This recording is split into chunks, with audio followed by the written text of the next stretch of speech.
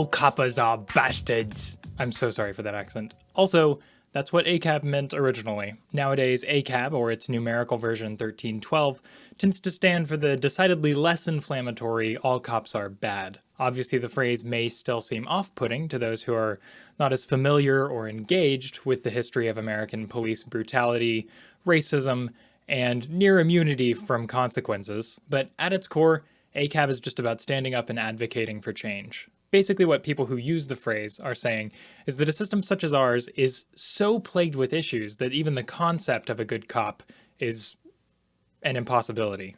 Of course, how to define a good cop is largely up to interpretation, but ACAB on its own isn't about implementing any one solution or any particular system. It's about dismantling the current system. It's a sort of step one, a premise on which to build a movement for change. And I should clarify, it also isn't an outright indictment of any individual cop. Activists have happily embraced former cops who speak out about the injustices inherent in their own departments, or those very few who have laid down the badge and joined the fight for change. In some sense, these individuals are the most important component of that change, which is where the all part comes in. Good cops who see injustices being committed in their own cities and don't speak out are complicit in the problem, only serving to perpetuate these systemic issues. But Joe, you might ask, what systemic issues are currently keeping there from being any good cops? My first response would be, why am I talking to myself? And why was that syntax so weird? But the response you're looking for is that there are far too many to cover in one video. So I'll cover a few issues here that are particularly relevant in 2020. But I strongly urge you to educate yourself and reach out in the comments if there's something you'd like to add. I've also put some links in the doobly-doo for further reading/viewing. A lot of YouTubers have been really ahead of the curve on this movement, so that's probably a good place to start. The first issue is probably the broadest and most complex, but it's also the most relevant considering it's the spark that ignited this year's protests. Otherwise known as police just straight up murdering black people in their homes. Oh my god, seriously, do I need to explain this? If you still don't know, in the year of the baby Jesus 2020, that black people are incarcerated at a rate roughly 5 times that of white people, that 1 in 3 black men can expect to go to prison in their lifetime, that stop and frisk, a policy which only produces evidence of a crime 3% of the time, is disproportionately used on black people and other people of color by a wide margin, that a black man driving during the day is more likely than a white man to get pulled over, but that statistic doesn't hold true at night? Gee, I wonder why. If you don't know that white people are more likely than any other racial category to be found with drugs or contraband, but black people are more likely to have their vehicles searched, that despite blacks and whites reporting drug use across economic factors at the same rate, and black people only making up 13% of the US population, recent studies show that they make up roughly 30% of police arrests for illegal possession of less than a gram of an illicit substance. If you don't know these statistics, this actually irrefutable evidence of systemic racism, then this video is probably not for you anyway. You're probably very confused and angry right now. Just go back to having the privilege of being able to pretend like none of this is happening, and I'll see you in the next video. For everyone else, we'll be touching on this topic again throughout the video. Fuck you! But I wanted to put it first just to acknowledge the source of the current furor, which is to say, Black lives matter. And to establish that if you continue watching, you understand and accept this point. A core issue that ACAB proponents have is the complete impunity with which cops are allowed to act. And I say allowed to act here because a wealth of cities across these United States have policies in place to discourage police from using certain tactics, such as profiling, chokeholds, and the ample supply of military-grade weaponry provided to them through the 1033 program instituted under H.W. Bush and perpetuated through 30 years of both Republican and Democratic regimes, completely unchallenged, only to be made worse through Trump's own implementation of the National Defense Authorization Act. Okay, I got carried away with that last one. It doesn't actually fit the point, but it's still messed up, you know? Anyway, the problem is these policies are rarely enforced. It's actually quite difficult to arrest or punish or even reprimand a cop due to something called qualified immunity. If you're unfamiliar with the term, buckle up, because it's, not fun. Qualified immunity is a legal precedent, argued as far back as the case of Pearson v. Ray in 1967, that according to Cornell law, balances two important interests: the need to hold public officials accountable when they exercise power irresponsibly, and the need to shield officials from harassment, distraction, and liability when they perform their duties reasonably. The vague nature of the doctrine leads to the frequent acquittal of police officers sued for violent action in the line of duty, and often the outright dismissal of suits on the grounds that the officer or their supervisor deemed the violation of the victim's rights to be reasonably actionable, such as in the execution of a warrant after a 911 call. This is how we end up with no-knock policies like those that led to the disgusting murder of Breonna Taylor, a 26-year-old emergency response tech who was shot by plainclothes police officers 8 times in her bed, while her boyfriend, Kenneth Walker, exercised his Second Amendment right in an attempt to defend their lives from what he reasonably thought were criminals attempting to invade their home. Walker was arrested and charged with attempted murder of a police officer. At the time of writing, these charges have been dismissed, but Breonna Taylor's murderers haven't been charged. All 3 of them were white cis men, by the way. Obviously, qualified immunity is a problem, and a recent bill headed by Senator Cory Booker hopes to address it. But single-issue bills like that one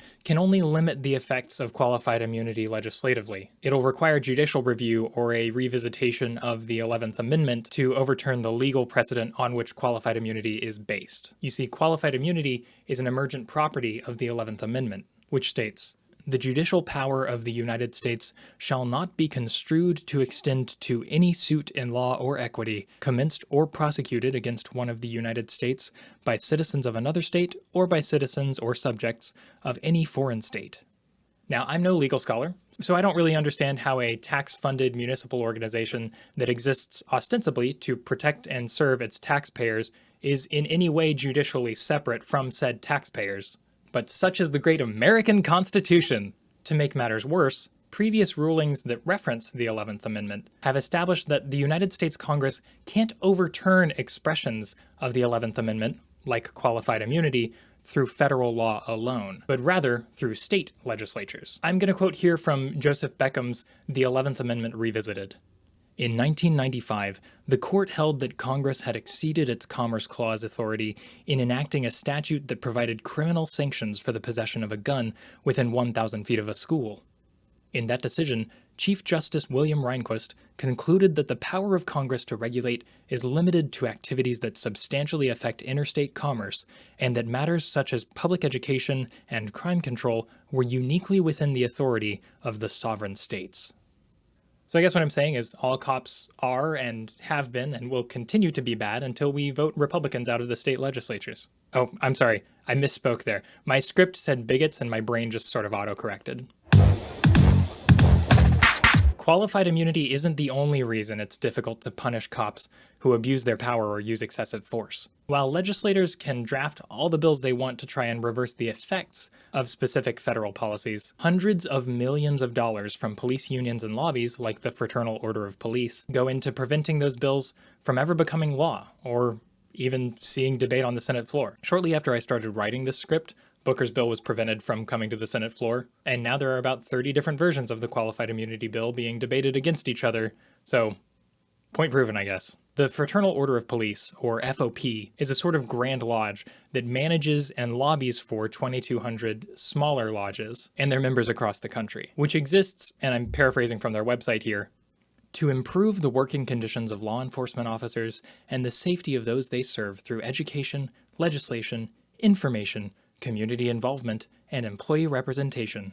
So in concept, they're your standard run-of-the-mill union, but I think you can see where that might go awry when the union's members are the ones who themselves enforce the law of the land and have exclusive access to certain means of demonstration and violence. The Marshall Project did a great breakdown on exactly why the FOP is so dangerous, be it repeatedly having fundraisers for officers who experienced public backlash after committing acts of excessive violence, or its members openly victim-blaming black people for, being black. It's clear that the FOP doesn't serve any greater good than that of its individual contributors. And again, they're a union. That makes sense. But they're a union whose dues come from the salaries of police, who are funded by the taxpayer. The taxpayer here being the only people who would logically want to sue or otherwise reprimand police in the event that something goes wrong. You see the problem? They exist only to circumvent and stifle measures of accountability which are necessary to prevent abuses of power. And we're not even going to get into their political activism. But this isn't just conjecture and sketchy tweets. The FOP has a history riddled with takes that range from bad to genuinely harmful. And that can be attributed, at least in part, to the utter lack of diversity in their leadership. According to Paul Butler for the Marshall Project, the FOP's national leadership consists of 7 white men. Such a lack of diversity is striking in an organization that claims 30% of its members are officers of color. Baltimore's police department, for example, is 44% black, but its FOP has never had a black leader. The DC FOP chapter board is mainly white, even though the Metropolitan Police Department is predominantly black. The Chicago FOP has no black officers on the executive leadership team. Neither does the 9-member executive leadership board of the California State Group.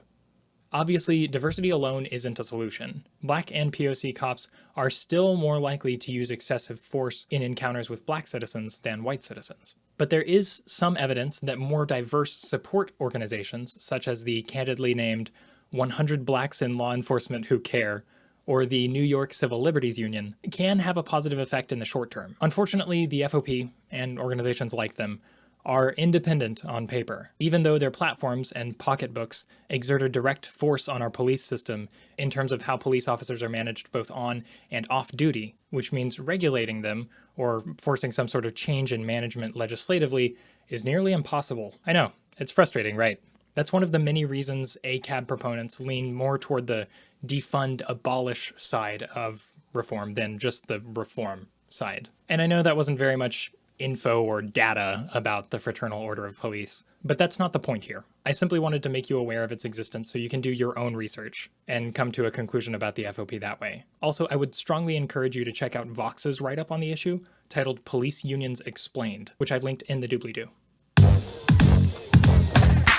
We'll get into more reasons why all cops are bad in future videos. I'd like to dig deeper into specific instances of police violence, as well as some other institutions which have led to the complete dumpster fire that is our policing system. I'm already drafting some scripts on Killology and the Thin Blue Line, but if you've got something you'd like to see me cover in more detail, that's what I want to prioritize, so leave a comment below. Also, if you haven't subscribed, please do that before you click away. YouTube probably won't show you all of my videos anyways, but clicking that button tells the algorithm that I'm worth sharing, and that helps get more eyes on this space. So, seize the means, comrade. Click the button. I do want to take you behind the scenes a little bit before we go here. I've rewritten this script multiple times at this point, adding and removing sections as new information comes to light. It was originally supposed to be the first in a new sub-channel / show called Something Something Propaganda, a sort of political explainer series that I've wanted to do for a while. But over the last couple months, I've realized that I both don't have the time or experience to do a show that would be necessarily serious and well-researched in the way that that would have to be, and that I'm not sure I want to do a show like that on my own. So for now, you'll just see the occasional video like this on my main channel that covers hard topics whenever they are particularly important or relevant to me. These will be subject to my own identity politics, and as such, they'll be biased like everything else out there. But contrary to what some might say, there are cases in which objective fact exists. And I like to think I do a good job of putting those facts front and center whenever they're available. Anyways, that's it for this one. Thank you for watching. Take care of yourselves so you can keep making your voice heard. Until next time, I love you. Bye.